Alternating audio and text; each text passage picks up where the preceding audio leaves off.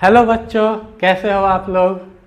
तो आज हम क्या डिस्कस करेंगे, जैसा कि मैंने कल बताया था कि आज हम एडिशन एंड सब्ट्रैक्शन में सिग्निफिकेंट फिगर्स का इम्पोर्टेंस समझेंगे, है ना। उसको कैसे अप्लाई करेंगे, मल्टीप्लिकेशन और डिवीजन में कैसे अप्लाई करेंगे, ठीक है। तो addition, subtraction and multiplication, division में हम सिग्निफिकेंट रूल्स को कैसे अप्लाई करेंगे, सिग्निफिकेंट फिगर्स कैसे देखेंगे, है ना, उसके बारे में पढ़ेंगे। तो सबसे पहले हम पढ़ते हैं एडिशन एंड सब्ट्रैक्शन।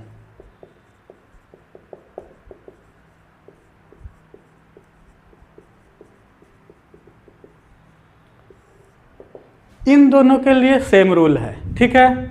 जैसे देखो, मान लो मैं कह रहा हूं, रूल्स अभी मैं बाद में बताऊंगा, पहले समझो क्या चीज़ है ना। मैं कह रहा हूँ कि 253.23 इसको सम करना है, किस में, 32.50, जीरो नहीं देंगे, 5 देंगे केवल, प्लस 0 दे देंगे तो अलग चीज़ हो जाएगा, क्योंकि वो भी सिग्निफिकेंट बन जाएगा, डेसिमल प्लेसेज बन जाएंगे, ठीक है। यहाँ देखो, फिर 22.568, ऐसे मान लो 3 नंबर्स है जिनको हमें ऐड करना है ना।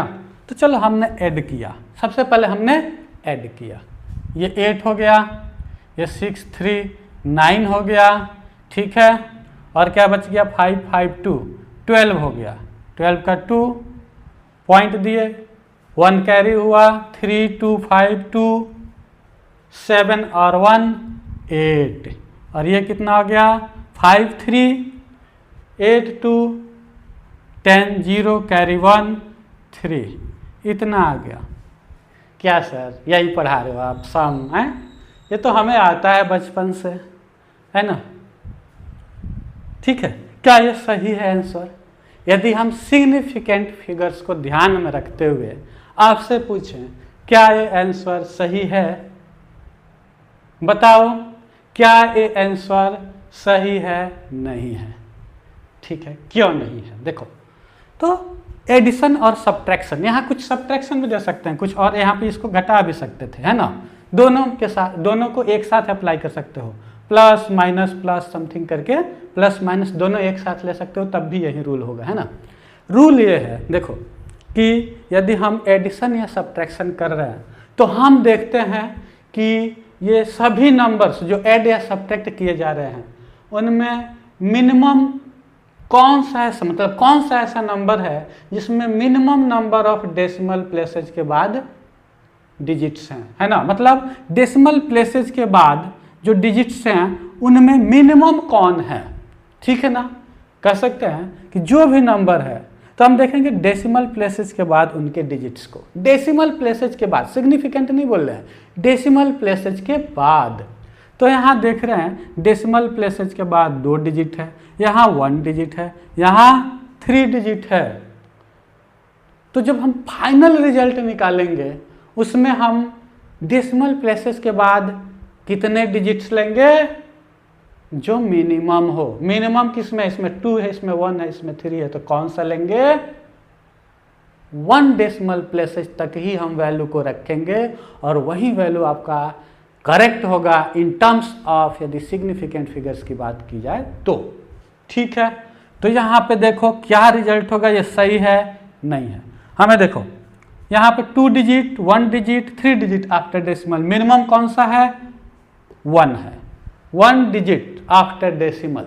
तो हम रिजल्ट में भी डेसिमल के बाद केवल 1 डिजिट रखेंगे, ठीक है। तो हमने इसको लिख लिया 308.2, है ना।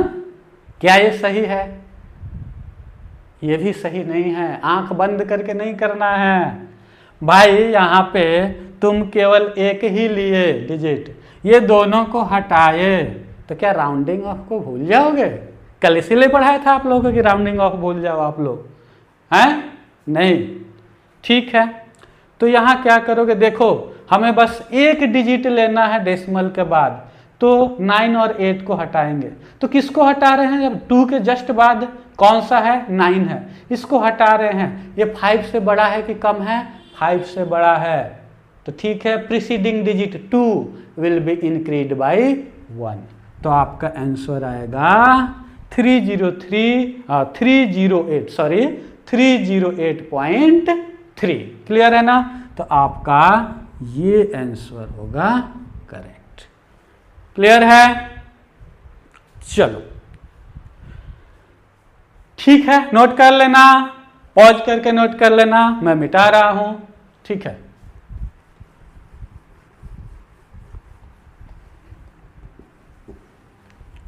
अब देखो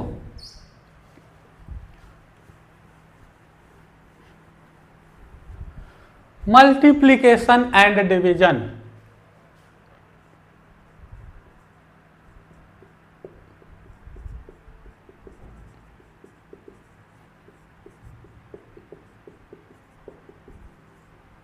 ठीक है ना? मल्टीप्लिकेशन एंड डिवीजन मतलब या तो केवल मल्टीप्लिकेशन हो या केवल डिवीजन हो या मल्टीप्लिकेशन और डिवीजन का मिक्सर हो तो भी चलेगा, है ना? दोनों के लिए या दोनों के कॉम्बिनेशन के लिए भी यह रूल एग्जिस्ट करता है। फिर अभी भी रूल बाद में बताऊंगा, पहले एग्जाम्पल समझाऊंगा तब आपको रूल समझ में आएगा। ठीक है, जैसे मान लो 112.23 लिए हमने, ठीक है, और इसको मल्टीप्लाई किया 2.1 से, है ना? इसको हमने 2.1 से मल्टीप्लाई किया, 12.23 को 2.1 से मल्टीप्लाई किया, कितना आएगा? चलो मल्टीप्लाई करके देखते हैं। क्या सर आज जोड़ घटा गुना भाग है यही सिखा रहे हो आप, है ना? चलो कोई बात नहीं, देखोगे अभी जब जी के क्वेश्चंस कराऊंगा, दो ही कराऊंगा, ठीक है, तब क्या इनका इम्पोर्टेंस है। ठीक है, चलो हम मल्टीप्लाई करते हैं, देखते हैं कैसे करते हैं मल्टीप्लाई। 21 इंटू 3 कितना हो जाएगा? 21 इंटू 3 63 का 3 6 कैरी, है ना? 21 इंटू 2 42 और 6 48 8 4 कैरी, है ना? फिर 21 इंटू 2 42 और 4 कैरी, तो 42 और 4 कैरी 46, तो 6 हो जाएगा 4 कैरी। 21 इंटू 1 21 इंटू 4 25, और कितने डिजिट्स के बाद डेसिमल लगाएंगे? 3। तो मल्टीप्लिकेशन तो आप लोगों को आता होगा, है ना? तो क्या ये मल्टीप्लिकेशन सही है? क्या ये आंसर सही है? नहीं है। ठीक है, क्यों? क्योंकि अभी हमें यहाँ पे सिग्निफिकेंट फिगर को ध्यान में रख के चलना है। ठीक है, अब देखो यहाँ पे कितने, यहाँ पे देखो आफ्टर डेसिमल प्लेस नहीं देखा जाता है, ध्यान से याद रखना। मल्टीप्लिकेशन और डिवीजन में number of significant figure totals देखा जाता है, total number of significant figures. तो यहाँ देखा कितने सिग्निफिकेंट फिगर हैं? 4। यहाँ पे कितने सिग्निफिकेंट फिगर हैं? 2।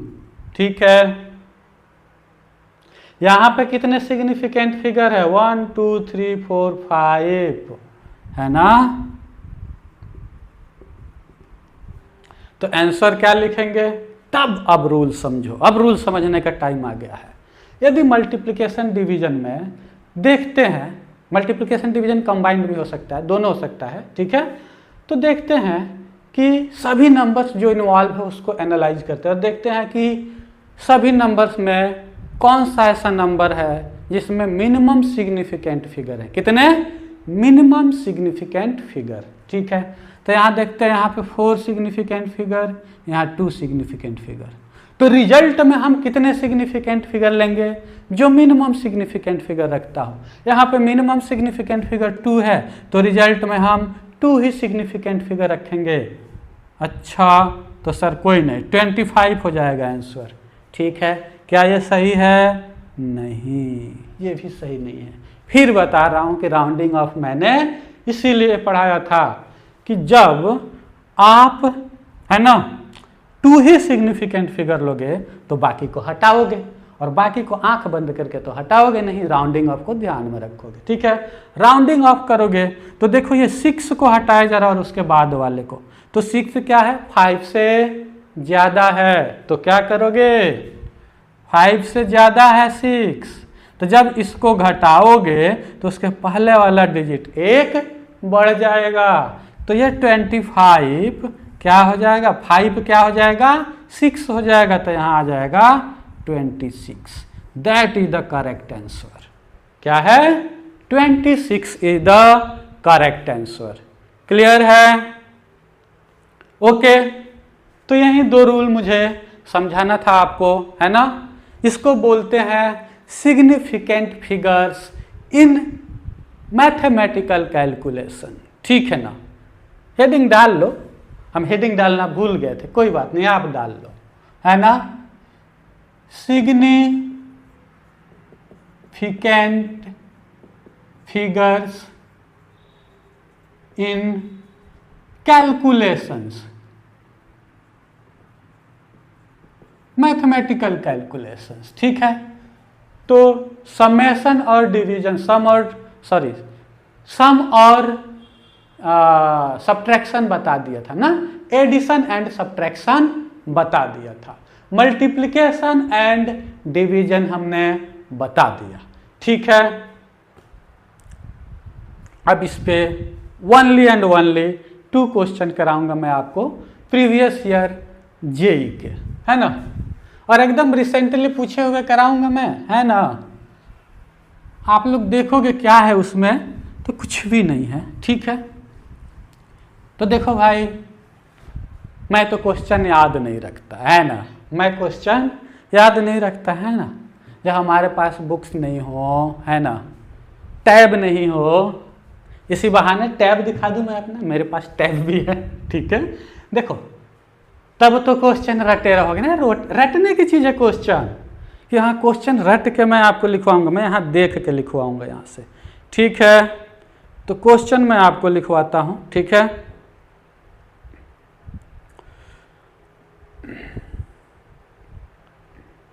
फर्स्ट क्वेश्चन, ठीक है,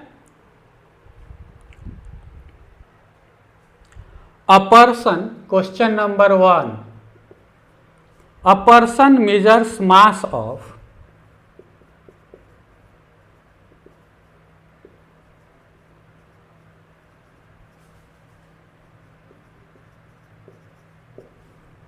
ठीक है 3 different particles, 3 different particles, clear है, as 435.42 gram, 226.3 gram and 0.125 gram. ठीक है, according to the rules for, according to the rules for arithmetic operations,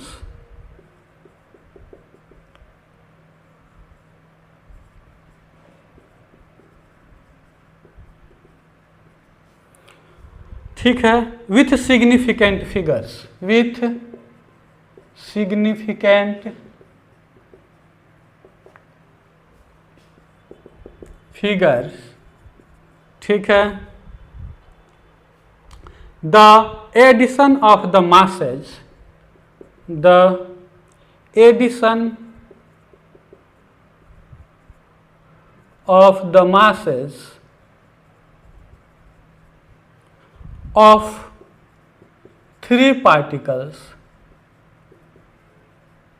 will be, कौन सा होगा, विल बी, ऑप्शन दे देता हूं यहां पे, ए बी सी डी। ठीक है, 661.845 ग्राम, 662 ग्राम, 661.8 ग्राम, 661.84 ग्राम, ठीक है ना। ये आपका G2025 का क्वेश्चन है, ठीक है। बताओ कौन सा ऑप्शन सही है। पॉज करके 1 मिनट लो और ट्राई करो, ज़्यादा टाइम बिल्कुल नहीं है क्योंकि उतना बड़ा क्वेश्चन है नहीं है, ठीक है। कैसे करोगे इसे? चलो देखो, होप सो कि आपने ट्राई कर लिया होगा। चेक करते हैं, ठीक है। कह रहा 3 मास है, ये एक मास ये है, एक मास ये, एक मास ये है। तीनों मास को हमें ऐड करना है ना, और एडिशन का रिजल्ट बताना है सिग्निफिकेंट फिगर्स को ध्यान में रखते हुए। यही तो बोला है ये, और क्या बोला है। तो देखो तीनों मासेज को हम ऐड करते हैं, है ना। 435.42 ग्राम, 226.3 ग्राम, ठीक है, और 0.125 ग्राम। ग्राम हटा दो, ग्राम तो बाद में हम लगा ही लेंगे, है ना। इतना 435.42, 226.3 एंड 0.125, ठीक है। अब हम इन तीनों को सम करेंगे तो फिर से सम, चलो कोई बात नहीं, सम करते हैं, ठीक है। तो यहाँ देखो ये लास्ट डिजिट 0.125, ये 5 हो जाएगा। फिर देखो ये 10th डिजिट क्या है, 2 और 2 कितना हो जाएगा, 2 और 2 4 हो जाएगा, ठीक है। उसके बाद से देखोगे ये कितना हो जाएगा, 4 3 7 1 8, है ना, 8 हो जाएगा। तो 5 2 2 4 4 3 1 8.65 कितना हो जाएगा, 11 1 3 2 5 1 6 और 4 2 6। ये इतना आंसर आया, है ना। सर मैं तो फर्स्ट मार के आ गया था, एनटीए ने मुझे मार्क्स ही नहीं दिया, काट लिया मेरा मार्क्स, है ना। तो काटेगा ही जब आपने सिग्निफिकेंट फिगर को ध्यान में नहीं रखा, है ना।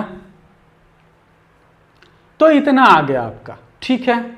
बट क्या करना आपको, मैंने क्या समझाया था कि हमें देखना है डेसिमल प्लेसेस के बाद मिनिमम कौन सा डिजिट है, इसमें है कि इसमें, कि इसमें, कौन से नंबर में है डेसिमल प्लेसेस के बाद मिनिमम डिजिट है। तो इस सेकंड वाला में है मिनिमम।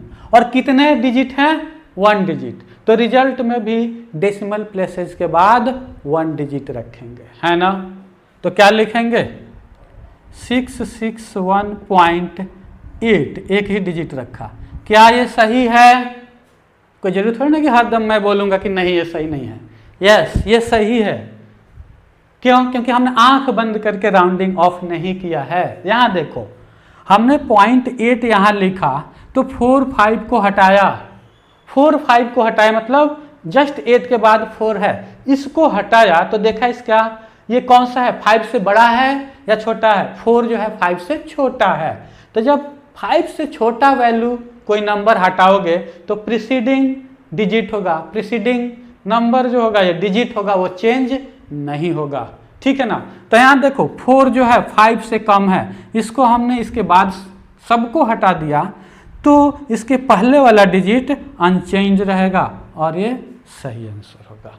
आपका सही आंसर क्या होगा, ऑप्शन सी, ठीक है ना। देख लो ना 45 आ रहा है मतलब 50 से कम है, कोई चेंज नहीं होगा, कल बताया था मैं, ठीक है। चलो नोट कर लो इसे।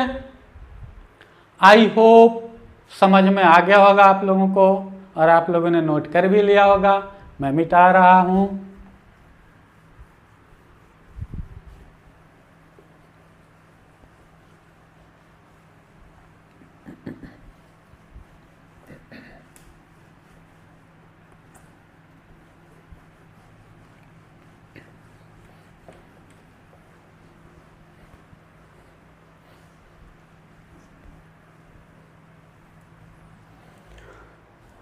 नेक्स्ट क्वेश्चन, ये भी G2025 का है, मैं रिसेंटली वाले ही क्वेश्चन करा रहा हूं, ठीक है। लिखो question number 2, for an experimental expression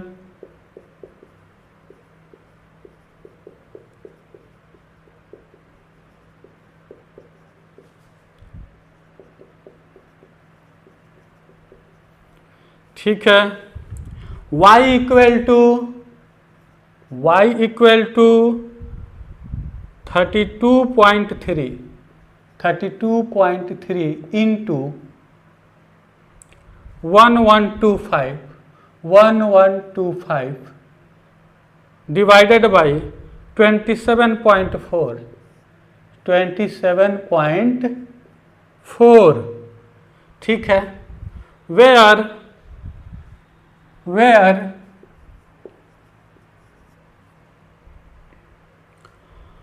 all the digits are significant, all the digits are significant ठीक है, फिर कह रहा है then to report the value of y, then to report the value of y, clear है, we should write ठीक है, option दिया है, option 1 y equal to 1326.19, option 2 y equal to 1330, option 3 y equal to 1326.186 ठीक है, option 4 y equal to 1326.2 ठीक है, बताओ करा for an experimental expression y equal to 32.3 into 1125 divided by 27.4 where all the digits are significant,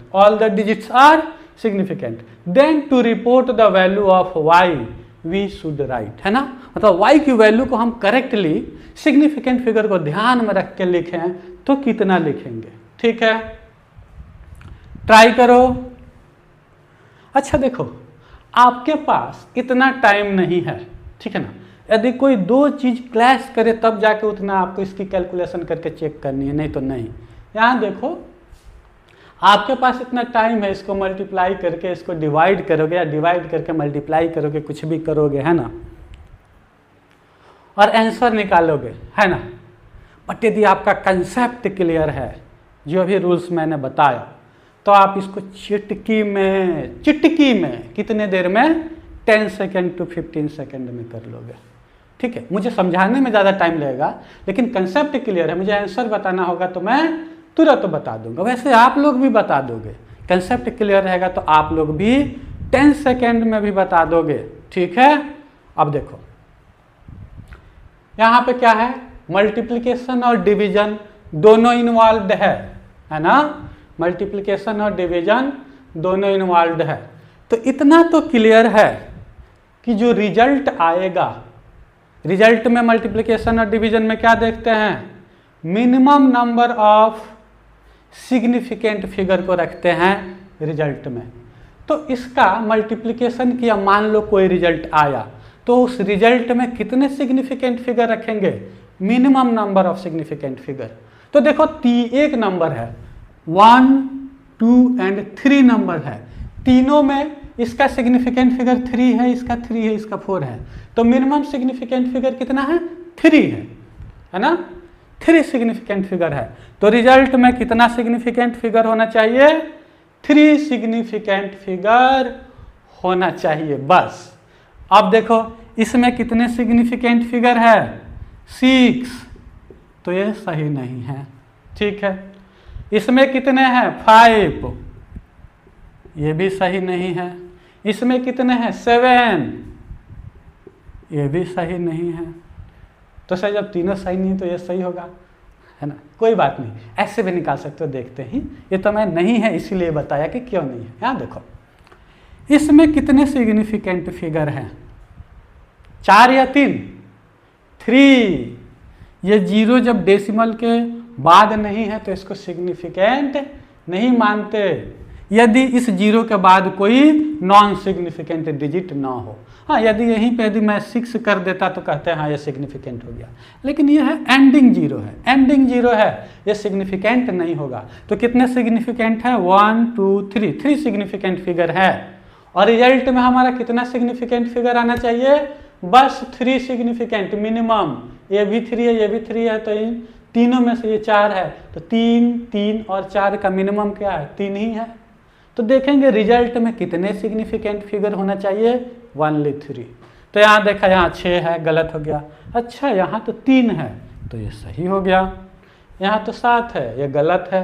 यहाँ तो 5 है, ये गलत है।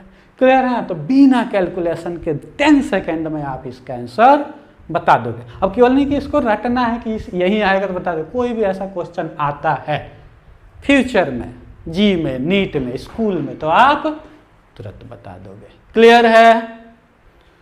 चलो, तो इसको नोट करना हो तो नोट कर लो, इसमें मैंने कुछ बताया ही नहीं। अब इसमें क्या बताऊंगा? इसको कैलकुलेट करके डिवाइड मल्टीप्लाई करूं? नहीं, उस लिए दिया ही नहीं था आपको एग्जाम में क्वेश्चन। आपका कंसेप्ट चेक करने के लिए दिया था कि आपको सिग्निफिकेंट फिगर का कंसेप्ट समझ में आता है ना, मल्टीप्लिकेशन एंड डिवीजन का कंसेप्ट समझ में आता है कि सिग्निफिकेंट फिगर को कैसे अप्लाई करते हैं, है ना। तो रिजल्ट में सिग्निफिकेंट फिगर कितना रखते हैं तो आप देख लेते कि 3 रखेंगे, और इन 4 ऑप्शन में यही एक ऑप्शन है जिसमें 3 सिग्निफिकेंट फिगर है। इसमें नहीं है, इसमें नहीं है, इसमें नहीं है। हाँ, कैलकुलेशन कब करना पड़ता? यदि मान लो एक और ऑप्शन दे देता 3 सिग्निफिकेंट फिगर का, जैसे मैं मान लो यहाँ दे दूँ 1 3 और 2 9 दे देता, है ना। 2 9 नहीं, ऐसे करो 1 3 2 0 दे देता, है ना। तो 1 3 2 0 1 3 3 0, ये फर्स्ट ऑप्शन के बाद के जगह पे मैं यदि मान लो ये दे देता, तब कंफ्यूजन हो जाता। चलो ये 7 है, कैंसिल आउट है, 5 है, कैंसिल आउट है, लेकिन इसमें भी 3 है और इसमें भी 3 है, तब आपको कैलकुलेशन करके निकालना पड़ेगा। क्लियर है? चलो ठीक है, फिर मैं मिटाता हूं। ठीक है,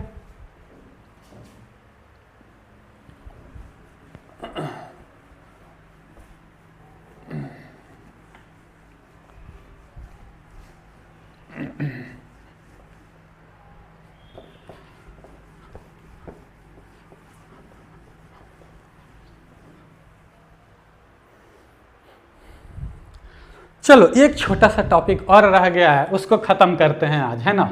तो नेक्स्ट क्लास में हम क्या करेंगे?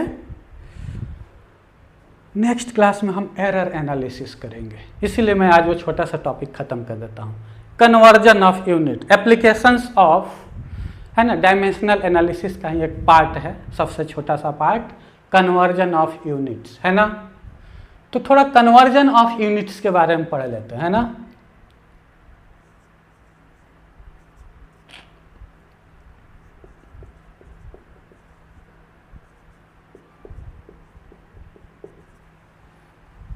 using dimensional analysis, conversion of units using dimensional analysis।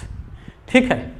अच्छा एक बात बताओ, यूनिट्स और किसी भी फिजिकल क्वांटिटी में क्या क्या प्रेजेंट होता है? उसका न्यूमेरिकल वैल्यू और उसका यूनिट्स, है ना। जैसे मान लो मैं कहूँ कन्वर्जन ऑफ यूनिट्स करना है ना। जैसे मान लो 1 मीटर है, 1 मीटर है, तो ये क्या है? 1 जो है न्यूमेरिकल वैल्यू है, इसको स्मॉल n से रिप्रेजेंट करते हैं, और m क्या है? यूनिट है, इसको स्मॉल u से रिप्रेजेंट करते हैं। ठीक है, अब इसको हमने सेंटीमीटर में चेंज किया तो यहाँ आ जाएगा 100 सेंटीमीटर। ठीक है, तो यहाँ पे देखो ये क्या है? n है, और ये क्या है? u है। यहाँ का न्यूमेरिकल वैल्यू ये हुआ, यहाँ का यूनिट ये हुआ। अच्छा मान लो इसको n1 ले लें और इसको u1 ले लें, है ना। कन्वर्जन के बाद इसको N2 ले लें, इसको U2 ले लें, तो हम एक चीज़ बहुत बढ़िया से ऑब्जर्व कर सकते हैं यहाँ पे कि यहाँ पे जब न्यूमेरिकल वैल्यू छोटा है, कब? जब यूनिट बड़ा है।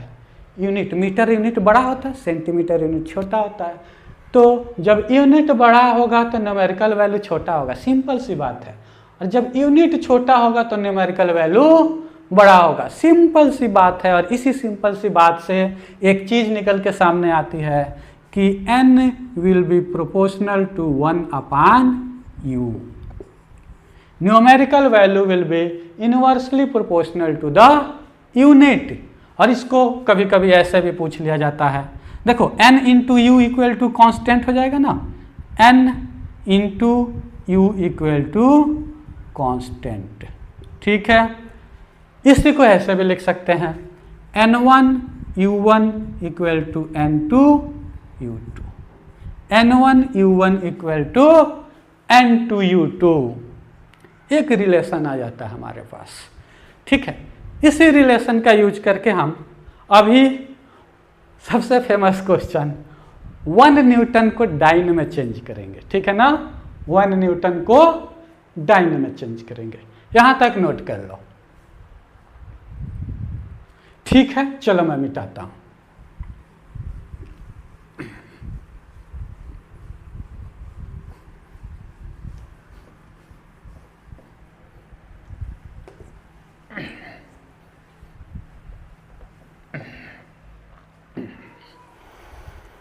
देखो, we have to convert 1 newton into dyne, है ना। 1 न्यूटन को डाइन में कन्वर्ट करना है। न्यूटन क्या होता है? SI unit of the force. और डाइन क्या होता है? CGS unit of the force, ठीक है। तो यहां देखो क्या करना है, हमें 1 न्यूटन को किस में कन्वर्ट करना है? डाइन में, डाइन में कन्वर्ट करना है, ठीक है। तो क्या करोगे, यहां देखो कितने डाइन होगा, कितने डाइन, हाउ मच डाइन। तो हमने माना x डाइन होगा, 1 न्यूटन x डाइन होगा, और यही x निकालना है ना। तो यहाँ पे देखो इस यूनिट को इस यूनिट में कन्वर्ट करना है, तो हमने इसको n1 माना, ये क्या है? n1 है। और यूनिट ये क्या है? u1 है। यहाँ पे ये क्या है? x क्या है? n2 है। और यहाँ पे यूनिट क्या है? u2 है, ठीक है। अब यहाँ देखो n1 u1 n2 u2, ठीक है। हमने अभी पढ़ा था, तो हम लगाएंगे n1 into u1 equal to n2 into u2। तो यहाँ से n2 की वैल्यू जो कि हमने x बोला है, चाहे x लिख लो चाहे n2 लिख लो, x equal to n2 equal to कितना हो जाएगा? n1 u1 अपान u2। यहाँ तक तो आप आ गए, यहाँ तक तो आप आ गए। अब ये u1 और u2 को ही तो सेलेक्ट करना है, क्या है? तो सबसे पहले देखो कि न्यूटन होता क्या है? फोर्स का यूनिट, है ना। तो फोर्स का डायमेंशन क्या लिखते हो? mlt-2, है ना। तो u1 क्या है? न्यूटन, SI यूनिट में, है ना। तो यहाँ पे SI यूनिट में जब लोगे u1 को लोगे, है ना, SI यूनिट लोगे, है ना, तो क्या कहोगे? m1 L1 T1-2, where m1 क्या है? kg में है, L1 क्या है? मीटर में है, और T1 क्या है? सेकंड में है। क्लियर है? फिर देखोगे डाइन भी फोर्स का है, तो यहाँ पे डाइन के लिए आप u2 लिखोगे, और u2 क्या है? CGS यूनिट है, ठीक है। तो यहाँ पे m1 L1, है ना, की जगह पे लिखोगे m2 L2 T2-2। अब यहाँ पे m2 कितने में है? CGS यूनिट, है ना, ग्राम में। L2 कितने में है? सेंटीमीटर में। और T2 तो सेकंड में ही होता है, दोनों में टाइम तो सेम होता है, सेकंड, ठीक है। अब इतना आपके ध्यान में आ गया, अब यहाँ पर रखना है। n1 कितना है? 1 है। यहाँ पे देखो n1 कितना है? यहाँ पे n1 1 है, तो यहाँ पे 1 into U1 M1 L1 T1 minus 2 M1 L1 T1 minus 2 अपन U2 M2 L2 T2 minus 2 M2 L2 T2 minus 2। खत्म हो गया क्वेश्चन, है ना। अब देखो 1 में तो इसको मल्टीप्लाई करेंगे तो ये 1 ही हो जाएगा, ठीक है। यहाँ स्क्वायर ब्रैकेट के अंदर लिखा जाता है, आप भी लिख लो, ठीक है। अब देखो M1 क्या है, kg में है तो इसको लिखो kg, L1 मीटर में है तो metre, T1 second minus 2 divided by M2 किस में है, ग्राम में, सेंटीमीटर में L2 और ये तो सेकेंड में ही है। अब देखो ये और ये कट गया, ठीक है। हमें N2 की न्यूमेरिकल वैल्यू चाहिए, मतलब N2 चाहिए न्यूमेरिकल वैल्यू चाहिए, यूनिट तो हमें पता है डाइन है ना। तो अब यहीं से हम आगे बढ़ा देते हैं, आगे चल लेते हैं, है ना, ठीक है। यहाँ देखो 1 kg 1000 ग्राम, 1 मीटर 100 सेंटीमीटर और सेकेंड तो कट ही गए, है ना। यहाँ देखो ये ग्राम इंटू सेंटीमीटर, ग्राम और सेंटीमीटर। अब देखो ग्राम से ग्राम और सेंटीमीटर से सेंटीमीटर कैंसिल आउट और ये आ गया 10 to the power 5 dyne. Clear, 10 to the power 5 dyne, मतलब 1 न्यूटन को डाइन में चेंज किया जाए तो 1 न्यूटन इक्वल टू, है ना, 1 newton equal to 10 to the power 5 dyne. Clear है, तो होप सो आप लोगों को समझ में आ गया होगा। चलो अब हम नेक्स्ट क्लासेज में एरर एनालिसिस पढ़ेंगे, बहुत ही इंटरेस्टिंग टॉपिक है और एकदम बढ़िया से पढ़ाऊंगा, आप लोगों को दिमाग में एकदम उतार दूंगा, ठीक है। तो आप बने रहो, पढ़ते रहो और एक काम और करते रहो, है ना। अच्छा लगे तो सब्सक्राइब करो, लाइक करो, शेयर करो, कमेंट करो, ठीक है। मन करे तो, नहीं तो पढ़ते रहो, कोई दिक्कत नहीं, ठीक है। ओके।